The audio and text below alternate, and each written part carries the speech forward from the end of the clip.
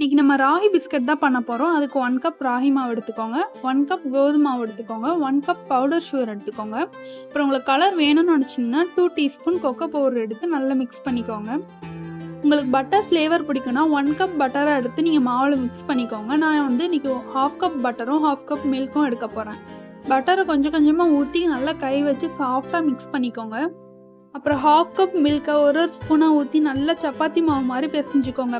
அப்புறம் ஒர்க்கிங் ஏரியாவில் அந்த மாவு எடுத்து நல்லா தேய்ச்சிக்கோங்க. வீட்டில் ஏதாச்சும் குக்கி கட்டர் வச்சுருந்தீங்கன்னா, ஹார்ட் மாதிரி ஸ்டார் மாதிரி வச்சுருந்தீங்கன்னா அந்த ஷேப்பில் நம்ம கட் பண்ணி பேக்கிங் ட்ரேயில் அடுக்கிக்கலாம். இல்லைனா ரவுண்டான மூடி எடுத்து நம்ம பிஸ்கட் ஷேப்பில் கட் பண்ணி எடுத்துக்கலாம்.